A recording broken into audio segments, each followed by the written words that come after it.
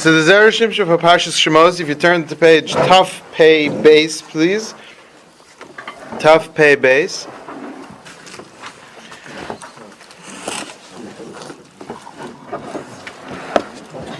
In Tuf Pei Base, the Zera Shimshon quotes the Medrash Yalkut. V'hinei hasneh boer ba'esh.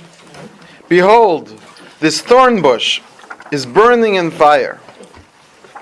Why a thorn bush? So you've heard the explanation that HaKadosh Baruch Hu is also in exile, but this Medrash offers another explanation.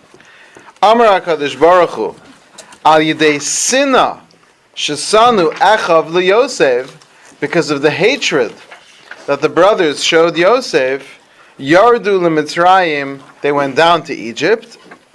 Bishvilo ani nigla besneh, and that's why Hashem appears in the sneh related to the word sinah for hatred, that the sneh was telling Moshe why the Jewish people were originally in exile. That was because the hatred of Yosef's brothers to him. Is a sneh a generic name for bush, or it's specifically a thorn bush? No, it's a thorn bush. Yeah. So, because the root word, I'm wondering whether it's because you hate to be hit by a thorn. Yeah, because of the fact that it pokes you. Yes. Yeah. Okay. Yes. Okay. But ve'agaelosam, and I will redeem them. Shenemar, and this Medrash quotes this verse. Ga'alta bizroa amecha, you redeemed with your arm, with your strong arm, your nation. B'nei Yaakov v'Yosef, the children of Yaakov and the children of Yosef, Sela always. Adkan l'shono, that's the language of the Midrash. I'm sorry, where are we? Right. Page Tuf Pei Base. Tuf Pei Base. Right there. Okay. Thank you. Rabbi? Yes. I have a question. The children of Israel were going down to Egypt was preordained because it was given as a prophecy to Abraham. Right. So why do you have to say that the sin of the hatred of the coming down there if it was already predetermined that they were somehow going to go down to Egypt? Right. So this is an interesting question that he actually addresses throughout this Parshas Shemos, and he tries to figure out how do you make different explanations for why we're in exile work out altogether. And it's a difficult problem to try to make them all fit together, but it does work. You just have to understand that even when one thing would happen, let's say for example, Abraham said, Bama Eda, how will I know? So even there, that was only that now if the Jewish people can't do something greater, then that will have to happen. But it still doesn't guarantee. And so all the reasons for why they went down to Egypt have to come together to make it happen. That seems to be the approach that he takes through this parasha. But the psukim by Abraham they're not equivocal. They're firm. This is what's going to happen. That something is going to happen. But what is going to happen is not clear at all, especially if you take a closer look. I mean, if you just look at the translation, the translations will say, your children will be slaves, strangers in a strange land. But if you look at the Hebrew, it's actually, the grammar is so complex on that verse because everything is written backwards that you could read that verse at least 10 different ways. And the choice of how that verse should be read was only figured out afterwards. So I'll just give you one example. Will they be slaves for 400 years? We know the Jews weren't slaves for 400 years, but it doesn't say they'll be slaves for 400 years. It says your descendants will be strangers in a strange land, and they will be enslaved, and they will suffer for 400 years. What's the 400 years going on? So most people read it as being enslaved, but that wasn't right. It meant they will be strangers in a strange land, and within that process there'll be enslavement, within that process there'll be suffering. The whole process in total will be a total of 400 years. And that's why it starts counting from Yitzchak's birth. So even that verse is itself difficult to read. Okay. So he says, I'd like to try to understand the connection. What's the connection between the thorn bush and the sale of the brothers of Yosef? But also, why does this Medrash finish with this verse? Ga'alta bizroa amecha, you redeemed with your strong arm, your nation, shenigalu bezechus Yosef, as if that verse is meant to say that they were saved because of Yosef. B'nei Yaakov v'Yosef Sela. The verse actually states the children of Yaakov and Yosef always. That sounds like all the brothers were doing the right thing in order for the Jews to be redeemed in their merit, because it says the sons of Yaakov and Yosef. Because if the verse would just say, you redeemed them because of Yosef, then I would say that means the brothers sinned and Yosef remained holy, and therefore they were saved because of Yosef. But you're blaming the brothers for the exile because they hated Yosef, and then the verse states, you redeemed them through the sons of Yaakov and Yosef. Why bother saying Yosef? Why bother saying Yosef separately, right? Furthermore, how is this connected to this burning bush? How is that related as to why they were redeemed? V'yesh lomar, so I'd like to suggest like this. The kavanas ha-medrash hilataris. This medrash is trying to explain. Lama davka nigla kadosh baruch hu lemoshe b'sneh v'lo b'makom acher. Why does Hashem appear to Moshe in a thorn bush and not in any other place? That's clearly the point that the medrash is trying to address. So first the Medrash goes straight into the answer. The hasneh hu lashon sinna. That the word sinna is related to the word sinna, which means hatred. And therefore the message to Moshe was that because the Jews did not get along, because the sons of Yaakov did not get along, that's why they are in this predicament. So he explains, takes it further. Shekashem shegalos Mitzrayim ba ba'avon mechiras Yosef. Because just like the beginning of the exile begins with the sale of Yosef, Kamoshikasav Baal Megala Amukos, as it says in the Megala Amukos, the Lefisha Ashvatim Garmu Laviem Lis Abel Chav Beis Shanim, because they caused their father to suffer for 22 years. How many of them were there? There were 10 of them. So that's why that's why the exile was supposed to be for 220 years, 10 years, 22 years Yaakov suffered, caused by 10 of his children. That's a total of 220 years in exile. So then, how did it get down to 210? So it says the Megala Amukos lefisha mesu b'chutz la'aretz kala asara, because all 10 died in Egypt. Nisma'atu yud shanim, so that took off a total of 10 years from the number. V'lo v'galus ki im redu shana, and that's why they were only in exile for 210 years. But what about Reuven? Reuven didn't. So how you get to 10? You're making an assumption that Reuven is the 10th. And based on that, you're asking your question. What your question should have been is, who's the 10th? Okay, who's the 10th? Okay, so that there's a disagreement as to who the 10th is. So there's 3 answers. The first say Reuven because he didn't do enough to protect Yosef. There are those who say that it's Yosef himself who is the 10th because he started this whole process. And the third, they say, is Hashem. Now clearly this approach that says that them dying in Chutz La'aretz took off 10 years would not be the approach that it was Hashem who was the 10th. So you'd have to take the approach of either Reuven or Yosef. But so who good didn't point. Die in Egypt? There are 12 brothers. Well, Binyamin wasn't part of the sale. And either Reuven or Yosef was not held responsible. But they all died. The Talmud seems to suggest that it's Yosef who's the 10th. At least that's the way the simple reading is. That Yosef is the 10th, so it would be the 12 brothers minus Reuven and Binyamin. Okay? So, Mishim Ha'achi, Nigla B'sneh, that's why Hashem appears in the thorn bush, Lirmos Shetar Ma'galos Hoy B'shvil HaSinah, that the whole reason is because of the hatred. But now that the 210 years is complete, it's time for them to be redeemed. Which means that according to the Zera Shimshon, step 1, it's going to get a lot deeper than this, but according to step 1 is that the thorn bush represents the length of the exile, and he doesn't quite say it like this, but this is what you would say: as long as the thorn bush is burning, that's how long the sin of sinas chinam, of the sale of Yosef, carries on. And you would have thought that there should be 10 more years, which means that maybe Moshe, when he sees this, would have said, wait, if it's because of the sale of Yosef, then it's still not time yet, it's still 10 years. So for that, Hashem tells him, no, the time is now, and there would be some small mitigating factor, which he says is the fact that the brothers die early. Why does a dying in Egypt take off 10 years? So dying, where a person dies and how a person dies is part of an atonement. So now this is such a terrible sin that usually if a person dies in a difficult situation or with suffering and things like that, it creates a great level of atonement. If a person, let's say if it rains by the Levaya, or if there's a terrible storm, and because of that they don't get the proper honor that's deserved of them, that's an atonement. And sometimes they do other things to a person who's passed in order to bring an extra level of atonement. So all these things count.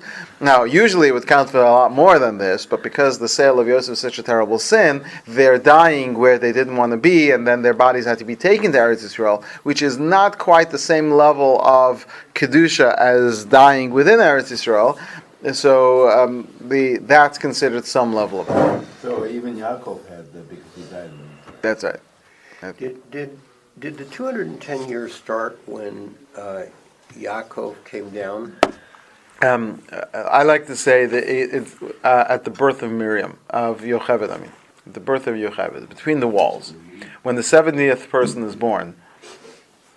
Okay, so that was when. Yeah, Yaakov that is. I just specific point. Okay. Why? The time that Yaakov spent in Mitzrayim was 17 years, right? Right. So where does this number 10 come from? The brothers were in Mitzrayim as long as... Yaakov suffered for 22 years. Right. And there were 10 brothers who caused this suffering, deserving of 220 years of exile. Right. The fact that the brothers did not get to go back to Israel, and instead died in Chutz La'aretz, was itself a minimal atonement. Right. And so that took off a little bit of the deserved exile and made it, instead of 220, made it 210. It was an independent factor. If they had all fallen down and scraped their knee, maybe that would have taken it down further. But I'm asking why 10? They were in Egypt 17. Because there were 10 of them. There were 10 of them. Each one took off 1 point from... Remember, they together, all 10 of them, caused the 220 years. Right. So they're dying in Chutz La'aretz. Each one took off 1 year from their... Anyone talk about the illusion of fire burning you up, but not really consuming you? You just are always burning because hatred sort of eats you up, but you don't die. He's kind of going to mention a word about that, but that's kind of it. That's the thorn bush burning. And where he's going to go, I feel like I'm giving it away, but he's saying more that the thorn bush represents that even when the Jewish people will continue to survive, even though we are in a burning fire. So they're saying that the Jewish people is the bush, and the burning is our constant being brutalized or whatever. Right. But I was thinking more of that baseless hatred eats you up inside, but you don't die, you just are always burning. It never ends, so it's like a curse. That's a good explanation. That works. Okay, let's go to a whole new level. This is something which is not often taught. We'll still continuing. He says, I have a difficulty. The Dilma Hagalus Mitam Achad, there's another reason for the exile, which you can pile on to all the reasons, but this one, unless you've seen the Zera Shimshon, you have never heard before. The Kasav Alev Aryeh b'Shem Gali Razia. Shebishvil shehevi Yaakov Avinu lashon targum b'Torah.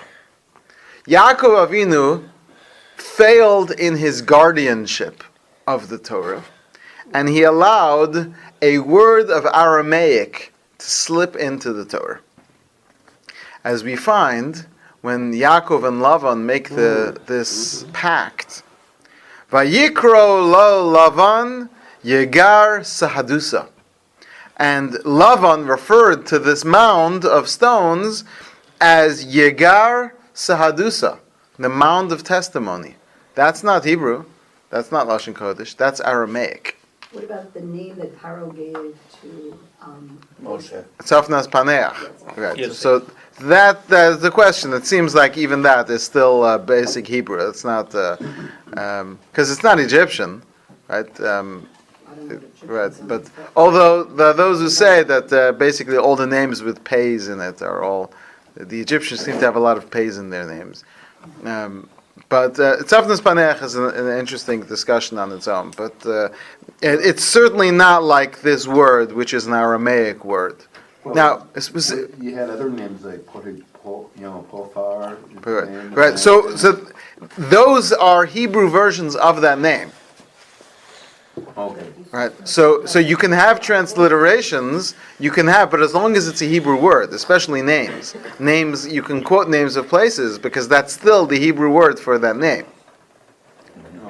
Right. So if someone's name is Baruch, then if they go to another country, let's say they go to Japan, they ask them what their name is still going to be Baruch, and now Baruch is a Japanese word, because that's how Japanese people in their language are going to be referring to him. So it's still, but here where you have this totally unnecessary insertion into the Torah, and how did it make it? Now we're going to talk about this as we go through this. Why is this such a big deal? And right now it shouldn't sound like a big deal, and we'll see why it really is. Okay, but Yaakov Karlo Galed, and immediately Yaakov says, no, it's not Yigar Sadusa, it's Galed, amount of testimony, but he called it Galed. For Yaakov Garam Zen. Now why is this Yaakov's fault that Lavan used Aramaic words? She'amar la'achiv laktu avanim v'yikchu avanim v'yasu gal. He's the one who made this suggestion. He said, go collect some stones. They took stones and they made a mound. B'shvil zeh ba'u Yisrael b'galus Mitzrayim, and that's what caused the Egyptian exile. Does anyone want to try to explain this? Wow. V'zeu. Now, before we get into the explanation, which he's going to tell us, he says v'zeu ma'shakasav. It says vayisu einayim. They raised their eyes. Vayiru, when they saw, this is the brothers. V'hinei archos Yishmaelim. There's a band of Yishmaelim ba mi Gilad. As a result of Gilad. Right. Hainu Gilad shekar Yaakov lama shekar Lavan Yigar Sadusa. That's the problem. The Yishmaelim came from Gilad. Anyone wonder why it's telling us where the Yishmaelim are coming from? And the answer is because the Torah is telling you right there what started this whole problem. Was that little pact that seems so innocent between Lavan and Yaakov, and Lavan was brilliant because even when he knew he lost, he knew there were still ways that he can drop little secret bombs that will explode later on amongst his grandchildren. And so he dropped in that Aramaic word which sat there like poison until it destroyed and brought the Jewish people down into exile. And now you'll understand why you say it, your Pesach Seder V'zehu, Arami Oved Avi. Arami? Why are you calling him Arami? He has a name. His name's Lavan. And we call him Lavan Haramai. Not Arami.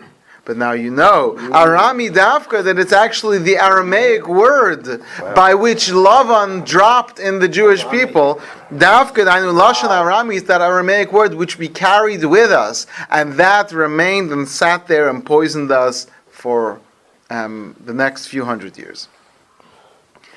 Now, we still haven't explained why an Aramaic word would do that. So But what he's... does this Gilad relate to this, what you said? Well, that's Gal'ed, that's what Gal- Yaakov Gal- called it.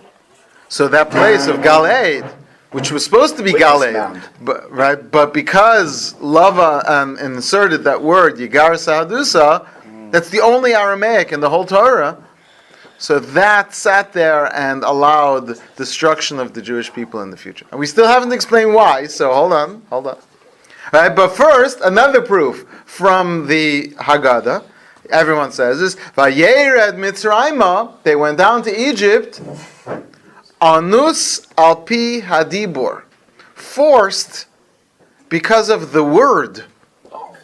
Which should have been command by God or forced by Hashem or against their will. You're reading in the Haggadah that there was some infiltration of some improper word which somehow caused the weakening within the sanctity of the Jewish people. Okay, so now we need to understand what's wrong with Aramaic. Now he's going to explain it. Not only that, it's up to Hashem to decide what gets put into the Torah or not. So Hashem didn't have to put that. Oh no, Hashem, the story is being told. That's what we'll see. When Lavan inserts that word into the Torah, it isn't just that he's not just saying something, but he's actually doing something spiritually to the family of Yaakov, and the Torah is telling us that because the Torah is trying to tell you why they're in exile later. So while on the outer level it looks like that they're just running away from Lavan, they come home, they live in peace, and then they go down into exile, into Egypt, and so you might find other reasons why they go into exile, the hatred, the promise to Abraham, all these other things. The Torah is telling you, by telling you Yigar Sadusa, the Torah is telling you that actually there's a big problem, some major blemish that was caused to Yaakov's children through Lavan interacting with them on this spiritual level, and that's why the Torah, if you're not ready to know this, you can't know this, but it drops these little hints, such as the Ishmaelim came from Gilad or Galeed, so that you should know that this is all being caused like this. And you should, and I'm sure you've wondered this, I'm sure you've asked this question every Pesach. Why do we start telling the story of Yetzias Mitzrayim from Lavan? In the Pesach Seder, we start from Arami over Davi. We should not begin there. You want to start from Avram, start from Avram. You want to start from Parshas Vayeshev, and Yosef and the brothers were fighting, and all that. We don't even talk about the fighting during the Pesach Seder. Instead, we say, well, you see, we had a grandfather, Lavan, and he tried to kill us, and we managed to escape, and we went down to Egypt. What's the connection between one and the other? It sounds from the Haggadah that that's actually the real story behind the exile. Make the connection more? Because Hebrew and Aramaic. Well, because you have to be able to look deeper and find it, and that's what the Zera Shimshon is showing us, this deeper It's information. actually 2 words, though, isn't it? Yigar Sadusa, right? Yeah, because in Aramaic it is 2 words. But then they're using Arami and they're using Dibur, the other hints in the Haggadah. The Chachamim are giving you the hints right there. Right, yeah. If you really want to spend the time to learn the Haggadah, it's like 3 layers down, 4 layers down, but it's there. Yeah, you would see it, right? Once he shows it to us, It's like it's on top. obvious. Yeah. So why the Never think of it Megillah before. was written in Aramaic anyway, so it's written in Hebrew, the Megillah. Right. So why is Aramaic the same reason? In Megillah that we're reading is not in Hebrew, it's in Aramaic. you mean Megillas Esther? No, Megillah, Haggadah, I'm sorry. Yeah. The Haggadah is Well, in which parts of the Haggadah? Some parts are in Hebrew. This part is in Hebrew. Ma'anya is in there. Yeah, some parts are Aramaic. Right. But this not part of the quotes Psukim from Psukim. is in Hebrew. So why use Aramaic? I mean, it comes off with Because that was like the English Aramaic. translation. Well, we haven't seen yet what the problem with Aramaic is. That's where he's going to go But next. Aramaic in the Haggadah is so that the commoners can understand it. Well, It's like doing an art scroll in English. Well, let's see what he says. Then we'll see there might be more behind that. Well, because the whole Gemara, then you have to look at why it's in Aramaic. Yeah. That's all. We're going deeper here. Okay. Power of the written word. V'hatam. So what's the reason? Lefi shalashon targum hu meyuchad l'chitzonim. This is going to open up a whole world of information. It means like this. The world was created in Lashon Kodesh. The world was created, Hu Amar Vayehi, Hashem spoke, and it was. B'dvar Hashem shamayim na'asu, with the word of Hashem, heavens were made. And what we understand is not just Hashem said, let there be light, and light came into being. When Hashem said, let there be, when Hashem said light, that is the light. Hashem's saying of light is the light. Because those letters which became expressed, that combination of letters, an aleph, a vav, and a resh, when they came out, they are what light actually is. We can't see the aleph, the vav, and the resh of light. So to us, it comes out as just light. But Hashem's word is what creation is. But there's also another side to creation. Hashem also created, and this was what will happen to us when we ate of the tree of knowledge, we confused good and evil. Good and evil are mirrors of each other. They have to be in equal power in order for the world to continue. And the evil tries as much as possible to emulate, to copy, as much as it can, the side of good. But, the way the holy books write it, it is like a monkey trying to copy a human being. In other words, same shape, same movements, but something really wrong about the humanness of it. And that's why the holy letter, what did Hashem use to create the world? Which letter? Hey. With the letter Hey. Behei baram, Behi baram. This world is created with the letter Hey. And what's the word for monkey? Kov, which is kind of like a hay, but unstable, right? It has a long leg, it can't stand on its own. So so in the same way that the other side tries to copy, and it's always off a little bit, the other side has a language. It has a language which is kind of like Hebrew, but is a corruption of Hebrew, and that's Aramaic. Arami is the corrupted version of Hebrew, and is the language used by the chitzonim, by the outsiders. And our job as part of the world, of fixing the world, is that we have to reintroduce, we have to fix the language of Aramaic. We have to correct it and bring it towards the Kedusha and allow it to be fixed. That's why when you read the Parsha every week, you're supposed to read it twice in Lashon Kodesh and then once in Aramaic with the Targum. Because by doing it twice in Lashon Kodesh and once in the Targum, we can elevate and take back the holiness from the language of the Targum, from the Aramaic, and bring it back to Kedusha. Is that why we use Aramaic for the Kaddish? Right, so that's part of why when we do the Kiddush Hashem, we do it in Aramaic, when we do those things, yeah.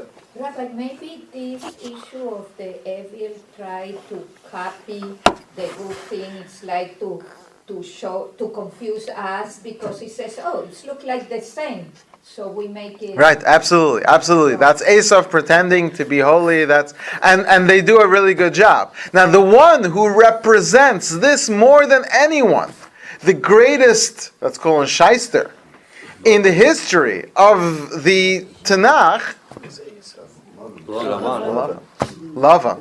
Because Esav, at least, looks right. He tries his best, but he's not even good at He marries someone. Lavan is. You see how indignant he is. He's chasing after them to kill them, to kill his own grandchildren, and Hashem comes to him in a dream and says, "You better not touch them."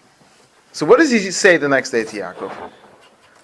How could you not let me kiss my grandchildren before we go? Those are the words in the Torah. It says, had I known you were leaving, it says in the Torah, I would have sent you away with music. He says, I would have sent you away. It's in the Torah. It's not a medrash. In the Torah, he says, I would have sent you away with music. How could you do this to me? What is wrong with it? That is the greatest example of the Ramai, of the trickster, of the evil side. We don't do it like this. You want me to marry the younger daughter before the older daughter? Listen, between me and you, you're like my own flesh. Whoa, I think I'm going to charge you 7 years of labor. Right. Let's make a deal. I want to pay you fair wages. So you see all the 2-3 spotted sheep over there. Those will be yours, and I'll take all the rest. And then he switched it 100 times. And the whole time, it's with I feel so bad. I feel like maybe I'm giving you too much. But you know what? You're my son-in-law. It's unbelievable. His insertion of his mindset into the Jewish people is represented by this insertion of the Aramaic word into the Torah. And so it's not just the Aramaic word. It's the Yigar Sahadusa, which by the way means mound of testimony. Mound of testimony represents the honesty and the agreement and the pact.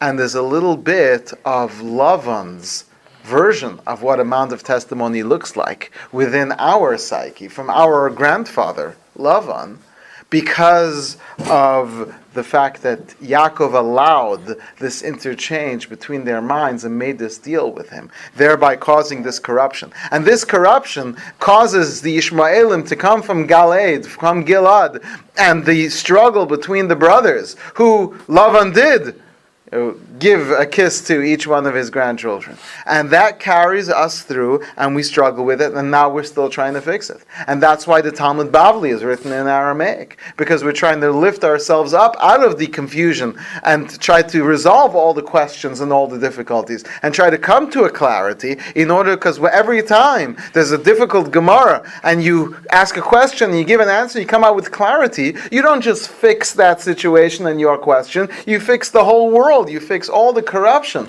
of the confusion between good and evil in the world. Avram have a similar style of language when he bought the Machpelah. It was the same style. Oh, what's money between us? Right, How about 400? Right, there's all a setup for the real one coming. Maybe that's why the Haggadah starts in Aramaic, so we can fix it. Very good. So maybe that's good. That's why the Haggadah, especially Helach Ma'anya, which is right at the beginning of the Seder, maybe it starts off in that Aramaic language. So very good. So because that's what, while we're in exile, that's the language that we're using. Very good. Okay. One of the other reasons why we don't say why we say Kaddish in Aramaic is because the Kaddish is only for us, not for the angels, and the angels don't speak Aramaic. Why don't angels speak Aramaic? In fact, when the Gemara says that the angels don't speak Aramaic, says the Gemara, but didn't Gabriel teach Yosef 70 languages? So right before he came before Paro, so how could they not? The Gemara says no, they speak any other language, just not Aramaic, because Aramaic is this corruption of reality. So now we're back to the question of, so how does this tie into the burning bush? I'm going to try to go quickly here through this. That's why I'm revealed in the sneh.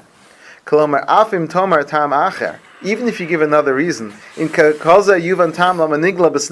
never heard this explanation either. It's just amazing how creative he is. Why were they redeemed? In the merit of Yosef. Yosef refused to speak Egyptian. And where does he get this? That Yosef refused to speak Egyptian. Look at the language the wife of Potiphar says. Hevi lanu ish ivri. You brought us this Hebraic man. Why does she call him this Hebraic man? So like a combination between like Aramaic and Hebrew. Well, Hebraic. Well, no, that's my chance. But Ivri is, no, Hebraic means of Hebrew. So he's the Ish Ivri because he kept talking Hebrew all the time. Otherwise, how does she even know where he's from? Saramashkim Amar, Shami Tanu Nar Ivri, there was a young man in Ivri there. Shafilu Lushanenu Einamakir, says Rashi, he doesn't even know Egyptian. Yosef knew Egyptian. Yosef speaks 70 languages. Even if he didn't speak at that point, but Egyptian certainly in the house of Potiphar where he worked. And the answer is, and even though Gabriel teaches him 70 languages so he could speak to Paro, other than when he met Paro, Lo Diber refused to speak any other language. Or even if you want to say other times when he spoke to Paro, but certainly out of Paro's palace, he didn't speak any other language. So who understood him? He gestured his way through life. And his son was also an interpreter for him. Right? But the son was an interpreter. But the son might have spoken the other language. But it even says that when he spoke to the brothers, they didn't know that he spoke Hebrew, because they spoke Hebrew among themselves. No, he did. He spoke... No, they didn't know it. So he must have been speaking the brothers didn't know that. Egyptian. Yeah, so as we say, it could be in the palace that things were different. But he didn't know what their language they would speak because they spoke through an interpreter. So there's a question, and this is a funny question, there's a question as to whether they spoke loud through an interpreter or Yosef whispered. In other words, they didn't get to even hear his voice. So, which would be a very interesting image, but it actually makes sense in the way that the ancients used to do it, like you don't deserve to hear my voice. So they would speak out loud, and then the interpreter would pretend to whisper the meaning of it, and then he would whisper back the meaning, and then the person, and then the person would respond with. Now you'll understand when Yosef reveals himself to his brothers. It says, "Ani Yosef." Kalman Yosef Davka Am Yosef Chsiv Einechem Roes. Your eyes see Kipi Hamedaber Elechem Beloshen Kodesh. That it's me speaking to you in the holy tongue. Lechen Gantem LaAvias Kol Kavodi. Tell my father about all my honor. Umihartem V'Oradetem Es Avienu. You'll bring my father down. Kalomar Ali Tztaer Mi'Agalus. Don't worry so much about this exile. Shigarim Hu Lahavi Shahavi Lashon Arami B'Torah. Because Yaakov knew that he had made a mistake. As soon as Lavan spoke those words, Yigar Sahadusa. That's something which Yaakov carried with him. And tells him, Shechas v'shalom l'tiel Yisrael geula, you're worried that Aramaic word caused the Jewish people to be trapped amongst the other side and never be able to escape. Don't worry. Sharini takanti apagam, I've begun the process of fixing this. But mashalo shenisi es lashoni, because I refused to change my language.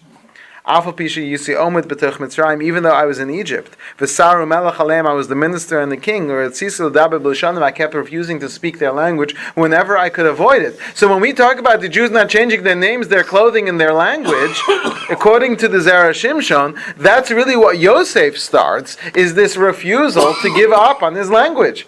And it's interesting because you have many cultures within the United States, subcultures, where many of them are having this problem that many of them are not learning English because they're so self-sufficient as a community that, and then it causes a problem to the children, and because they can survive, but the next generation is having a more difficult time, just getting around with just Spanish. It makes it difficult for them to get jobs, here Yosef is doing this on purpose. He's starting this trend where the Jews speak Lashon Kodesh. So he says, because of Yosef, I'm going to appear on the sneh. I will redeem them. The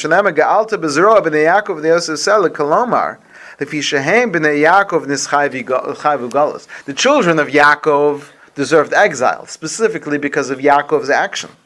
Yosef tiken, Yosef fixed it. B'schusa nigalu v'zeh b'nei Yaakov Yosef selek mosh perish Rashi. Kshem sheraisa asna ose shlichusi ve'enenu uchal.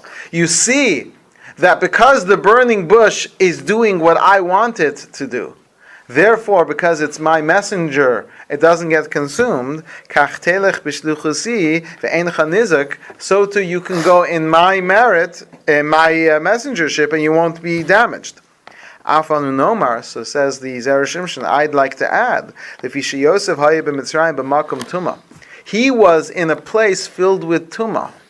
Yosef was on fire. He was the burning bush in the fire.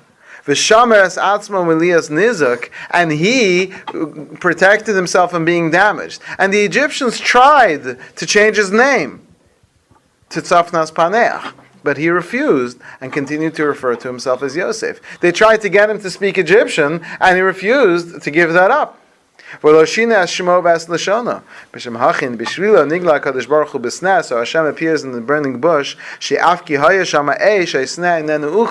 the same way that the Jewish people, as long as we remain the sneh, as long as we remain, even though we're burning in the fire, as long as we maintain our language, our clothing, and our names, that allows us to also continue to survive in exile without consumption. So again, once more, it is an incredible explanation. He's telling us that there's a whole underlying story underneath this whole layer of what we see as the outside, which has to do with what led to all this hatred and all this difficulty. And that was the effects of Lavan, which was transmitted through this interaction which he has with them, represented by the Torah's use of that Aramaic word, the only Aramaic words which appear in the Torah.